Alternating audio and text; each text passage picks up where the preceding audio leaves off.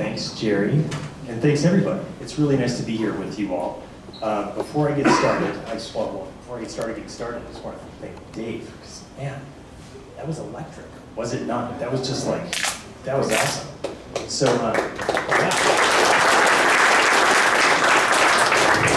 Seriously, it's one of the reasons why we should all reteam teams if you haven't already. So, before I actually get started, I wanted to try something. I don't actually know what's going to happen precisely, so I need your help, if you don't mind. So just, here we go.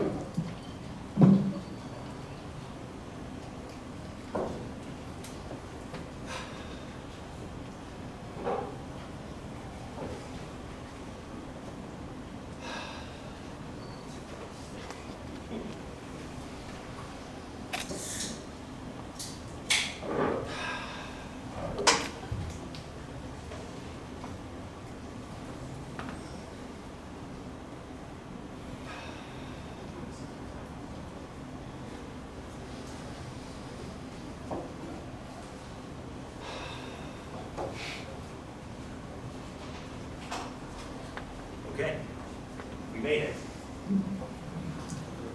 So thanks for enduring that. Like I said, I wasn't sure exactly how it was going to go, and I'll explain a little bit more in just a second about what I was doing. Before I do that, let me introduce myself just a little bit further. I'm James Birchler, and I've been managing people and teams and stuff in various contexts, and I mean various contexts, for something like 30 years. Now, it's like pains my bones to say that, but it's true. So, the title suggests, and we're all here to talk about leadership and trust. They're obviously related. And what I intend to do is to share some of my practice with you, just to give you some insight about how I think about this stuff, and hopefully give you some practical things that you can take away and do on your teams. So, it's important. Our team members trust us, and there's a huge responsibility for us as managers and leaders to do right by our people.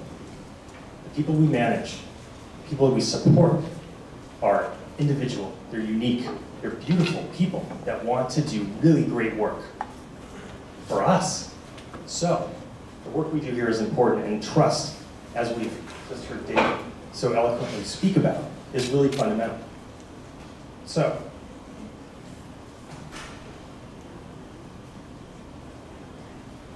trust. I like etymology. I'm not going to focus on it, but that's where I started. So when Jerry asked me to talk about technical leadership and trust, I was like, God, this is going to be easy. This is going to be so much easier than our typical day-to-day, where we're trying to manage a lot of things and try to help people, help our teams, support everyone, and try to make the right things happen. And there's just a ton going on there. So, with a typical product development team, you've got a ton of people from different backgrounds, different disciplines, all with different mindsets, and they're all bringing something new to the table. And what we do to make it even more complicated is that we give them a timeline. So you've got to produce a brilliant product for the business and the customers. Do it as quickly as possible. And if you're doing something like lean startup, build, measure, learn, you're going to do it as quickly as possible and iterate. Now, compared to that though, it feels easy to talk about things like vulnerability. By the way, what I did there to start the talk, it was an act of vulnerability. I had no idea how you were going to react. A lot of things could have happened, but I asked for your help, and you responded about as well as I could expect. But for me, I did some deep breathing. I got a little grounded. I managed a little bit of my adrenaline, and I kind of like put myself out there. I was kind of at your mercy. And that's a way to start establishing trust. Okay, so you're getting a sense of a little bit of my style. You have to find your own style about how to do this. So, and in that moment, if I had gone on a little bit longer, because I've done this one before, sometimes people start getting really, really uncomfortable, and there's laughter, and people aren't sure. It's not anything but well-intentioned. People are just nervous. And it's okay to feel however you're feeling. And one of our jobs as leaders and as managers is to be the person in the room, to be the person in the meeting that is basically unflappable, if you can do that, so that everybody kind of knows everything's okay. It's a way to create safe space, and it's a way to build trust. So I wanted to just give you an example. Anyway, we made it through. Here we are. Wait till I show you slide 20. You're not going to believe it. So, let's see. What else are we going to talk about? Communication skills. One of the main things when people ask me like what I do for a living, sometimes I just tell them like, yeah, I teach other people how to communicate slightly differently. And so these skills are going to be important. So I'm going to touch on some of those. It's going to help you create safe space, which is going to help you relinquish control and give up power so that your people can have autonomy. You're going to be left to create clear vision on the way to the shared consciousness that Dave talked about, with purpose, so that your teams and your people know what you'd like them to be doing. So that's a ton. But none of this is too surprising to any of you, because you already know that technical leadership really is a lot about people and relationships. So that's what we're going to focus on for the next few minutes. So we're going to talk a little bit more about trust.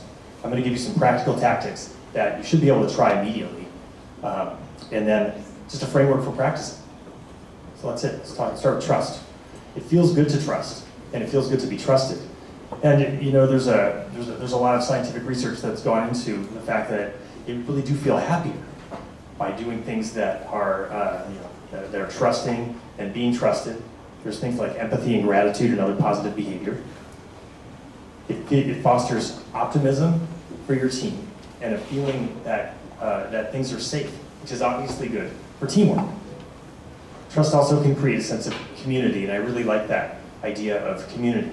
And I'll probably touch on it a little bit more later too, because I like to think of building a team as a community of practice, a safe place for people to, build each other up and get better at what we do every day.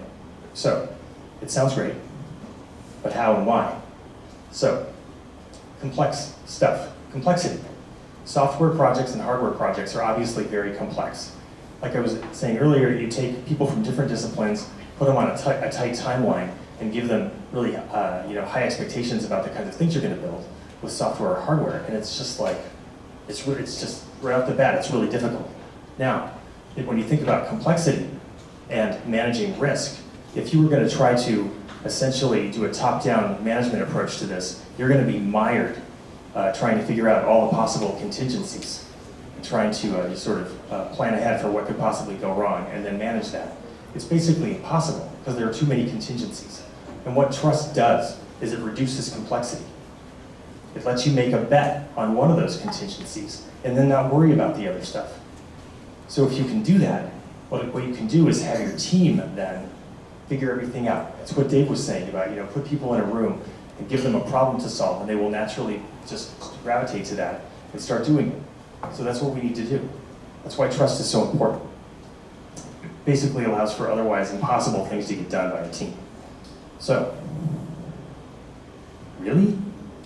Teamwork is hard, right? And collaboration is hard, and all the things that Dave showed us earlier, definitely challenging to implement on your team.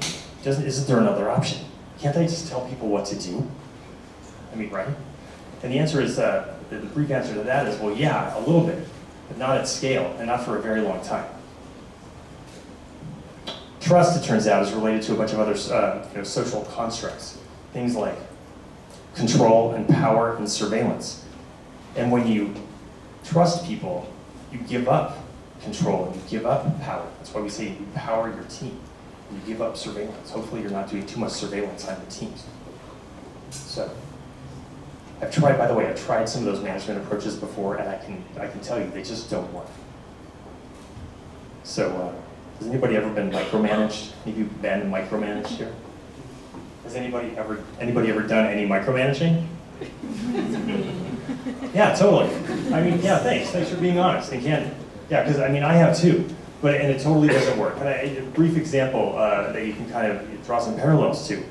If I tell you that, hey, you're going to go on a trip with your team, and you're going to go to this really amazing place, and the main thing is that you just have to get there on time, okay?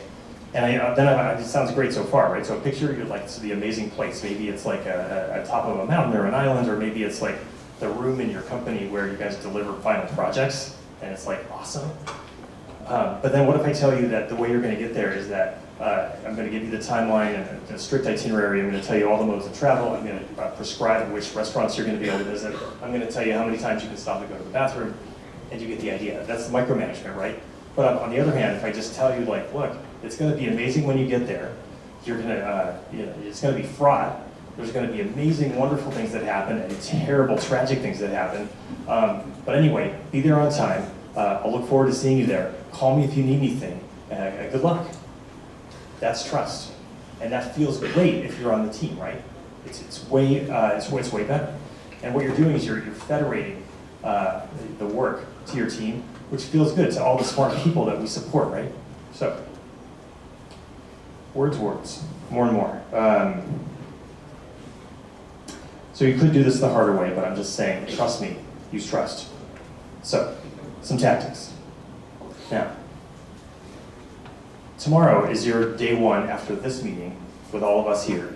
And I want everybody to think a little bit about what kind of tactics might you try tomorrow. Everything that you've heard so far and everything that I'm about to add, I want you to think about it. The day one that I want to share is what day one is like when an engineer joins one of my teams.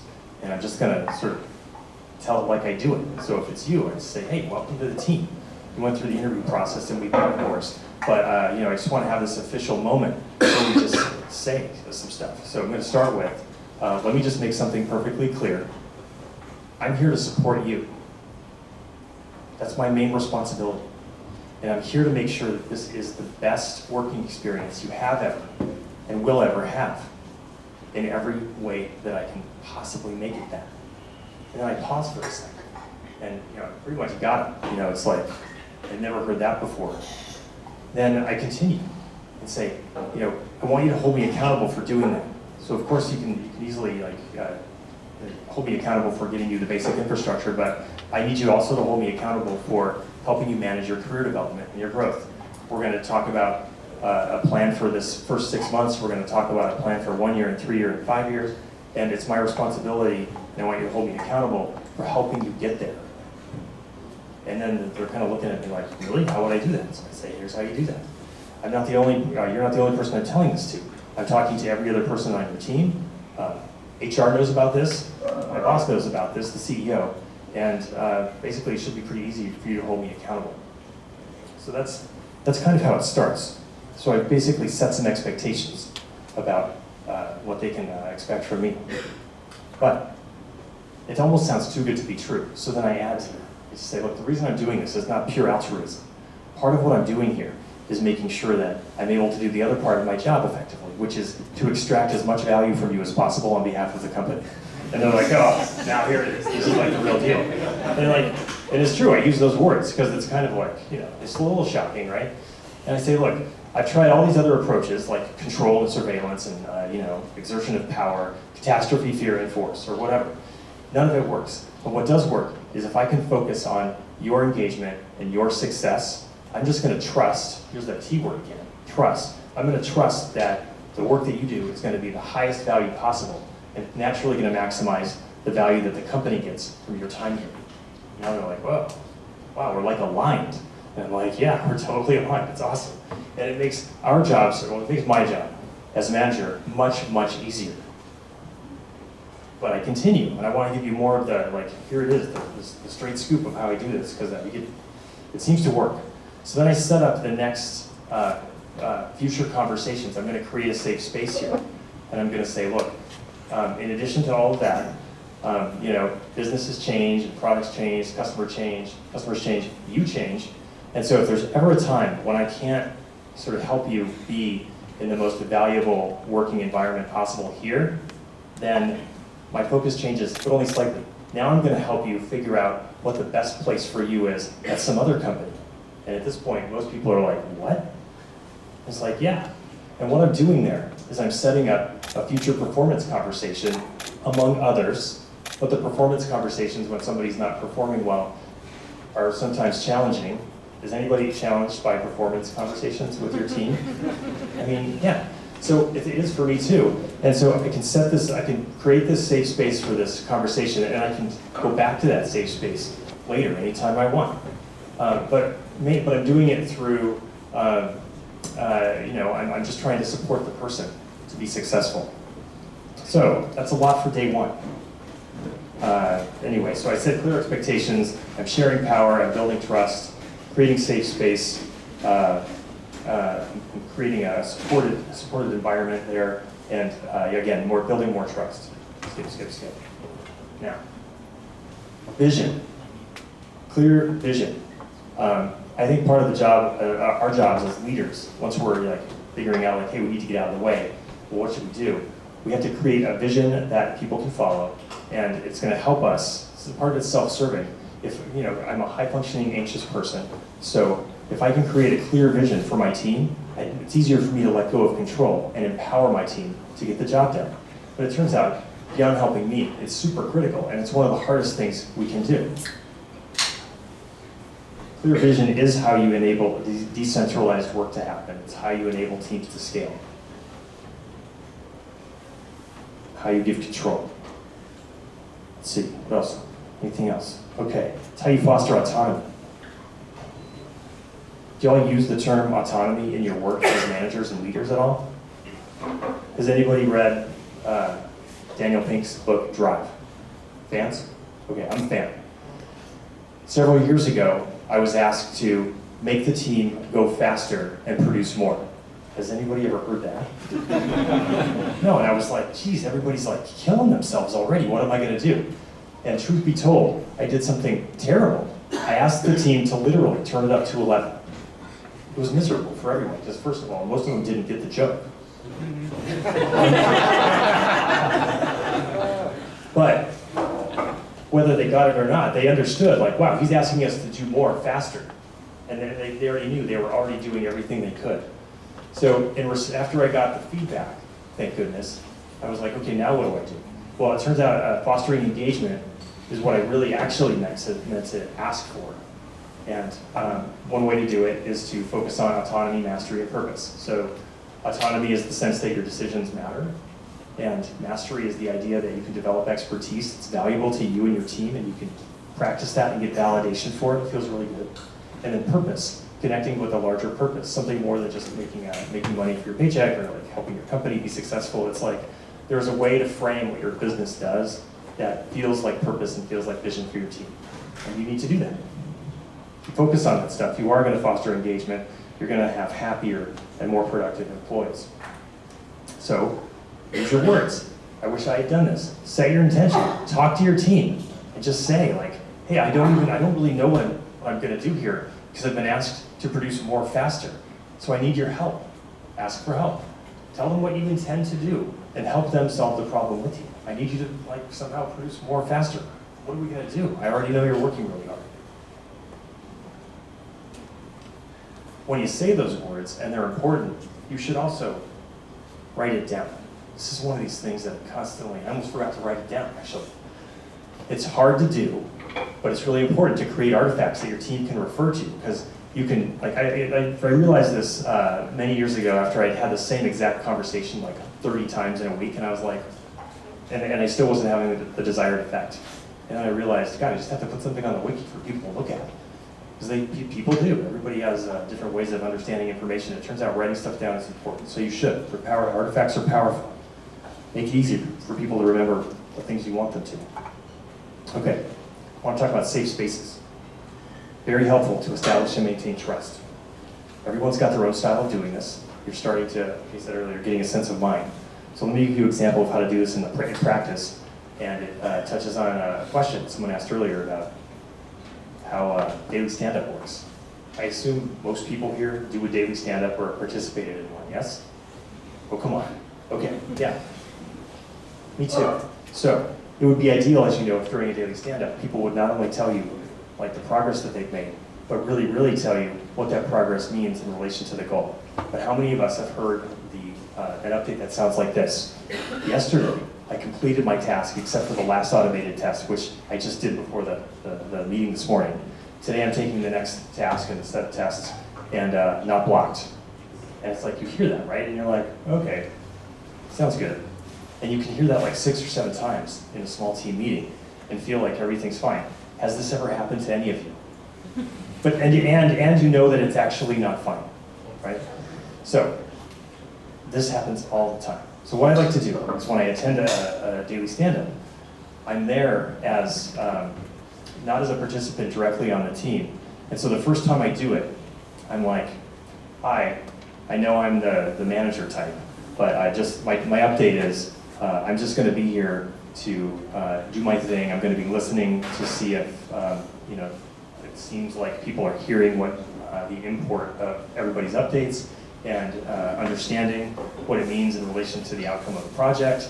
And sometimes if I feel like there's like tension in the room and something might be wrong, I'm probably going to try to find a way that feels pretty comfortable for all of you to approach that topic and actually talk about it. And then I'm like, that's it. Boom. I just created a future safe space for myself, so I'm not going to do it that day. But I probably would need to. But the next day when you come back, people are less surprised when you actually do this. And so somebody gives that update I said earlier, and it'd be useful to know that, I say, can you please connect the dots for all of us? Because not everybody was aware of, when you didn't get that test done, it meant that we couldn't actually hand off to our third-party partner who's on their own 3-week sprint schedule that started yesterday, and so we just lost 3 weeks. So I need people to be able to say those things, and this is where trust comes in, because if that was you, would you want to say that update? Like, because you know that you just lost 3 weeks, but you're kind of like, I just want to get through this next daily stand-up and get back to work and try to make up the lost time. So part of our jobs in this leadership role is to be able to broach these things and have a space where it feels okay to let the team know what's actually going on. And it's hard, but part of it is just setting the intention with people, working with some examples, and literally just spelling it out, just saying like, look, we're gonna encounter some challenging things here, and I'm here to help, I'm gonna facilitate, and I promise we're gonna get out of the meeting and everything's gonna be fine. And you do, you just practice. And it's sort of like what I did earlier, we did this moment of vulnerability thing and got your attention, and boy, got my attention, I was really here. But we made it through it, and you're like, okay, we made it through a hard thing. So anyway, that's connect the dots, okay? So yeah, you want to make sure that people's updates actually do connect the dots. And at the end, try this. Try asking people to recommit to whatever the sprint goal is and just say it out loud. So after I do that update, have everybody say, and I still believe that we're on track to hit the goal, or not. Maybe if you force people to say it, believe me, after a few times, they're going to start going like, okay, I'm not confident. Or if you happen to know, we all know as managers when things are not going to hit before we go to the daily stand-up, so you can also work with people ahead of time or just find a safe way to bring it up yourself, like, hey, we're not going to hit, so let's just talk about that as our follow-up to this meeting. So, all right.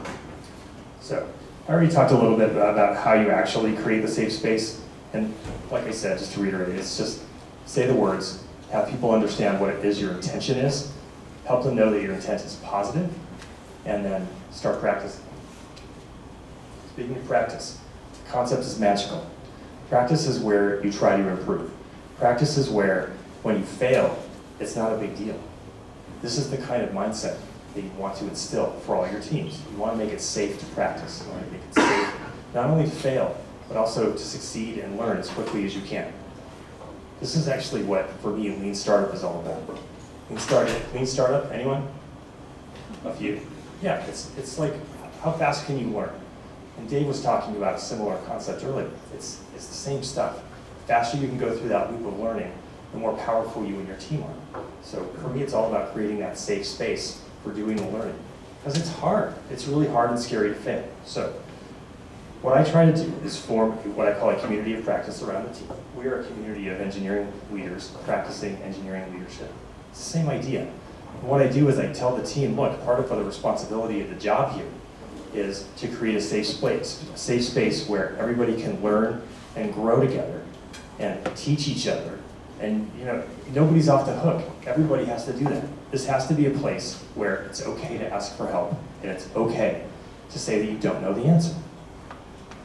And I used to interview people just to go deep on whatever is interesting to them, just to see if they can finally say, I just don't know. That's a really interesting question. Let's work for that. It's that ability to say I don't know. Very important. So, speaking of writing things down, to enforce or help a community of practice to grow, we actually write down something called an engineering manifesto. Anybody do an engineering manifesto for your teams? It's like an agreement of how you want to operate together, how you want to hold each other accountable and be held accountable. It's another really important artifact that you might consider using, because it's a way to establish a culture, a way of working. You can make it a really safe culture, which I would recommend, based in trust. And it's something everybody can refer to and remember, like, hey, this is what I'm supposed to be doing, this is how I'm supposed to operate.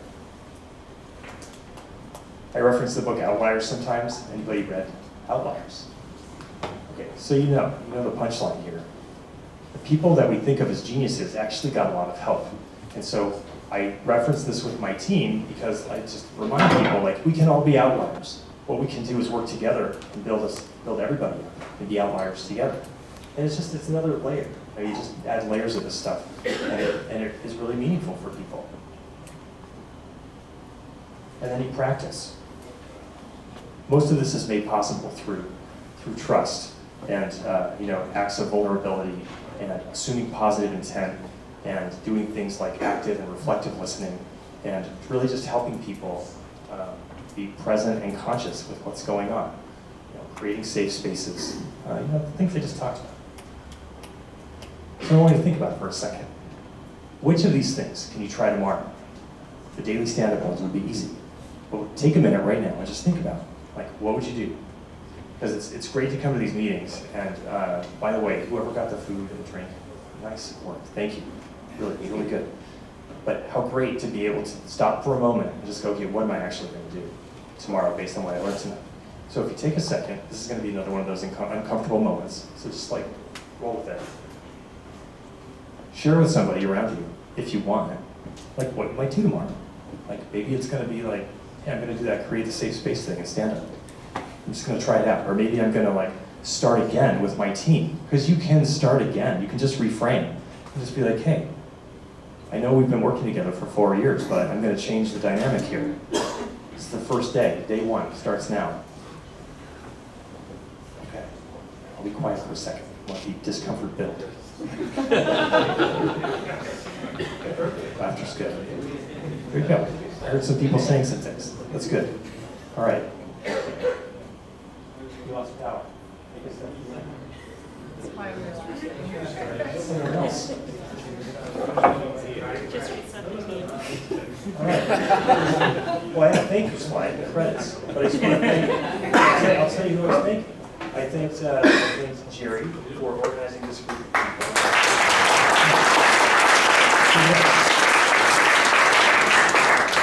I thank Dave, because he's brilliant.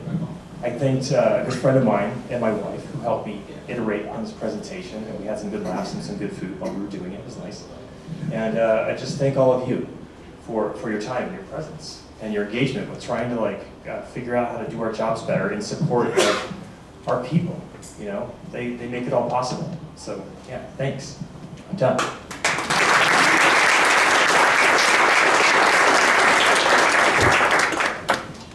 Thanks, James. We're going to start asking questions. So I'm going to pass down the mics over here, and we're always going to have on the other side. Okay. If people have more questions for Dave too, I really like the idea of the joint questions, but yeah, sure. Would you elaborate on the engineering manifesto, like how you went about creating one? What's the best practice for that? Yeah, how you create an engineering manifesto. Well, first of all, you figure out how you want to do things, and you just tell people. No, okay, so it's always start with the team. You just always start with your team and ask them, like, hey, I have this idea that we want to have this artifact to refer to that reflects how we want to build things together and work together and treat each other. How do you think it should go? And so, that's the short answer. Have it be from the team. Now, practically, what I do is I figure out who I know is going to have an opinion about this, and it's like a small group of people that I can come up with what I'll call a proposal for discussion. And so we at least start with something for people to react to. So we start with ideas, we build a proposal for discussion, and then finally we get something that's a recommendation to whoever the decision maker is.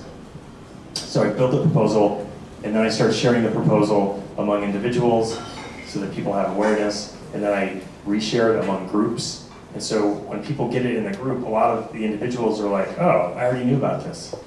That's by design, because I want people to feel like their input individually is important, even though I'm also asking the group. So it's quite possible that if you're on one of my teams, even if it's a fairly large team, everybody's already seen it, even if everybody thinks that they were the only one. Okay, so, but, and then you iterate on it and set a timeline, and you just come up with a recommendation, and then frame the whole thing as an experiment, by the way. The language of science, the vernacular of science is another, it's like practice. If you run an experiment, like what's gonna happen? You're gonna learn something. Hopefully your hypothesis, is you succeed in what you thought was gonna happen, but if you didn't, if you wrote a good hypothesis, you'll know what to do next anyway, even in the failure case, and you will learn something regardless. So here you go, long-winded answer to your question. I hope it's helpful.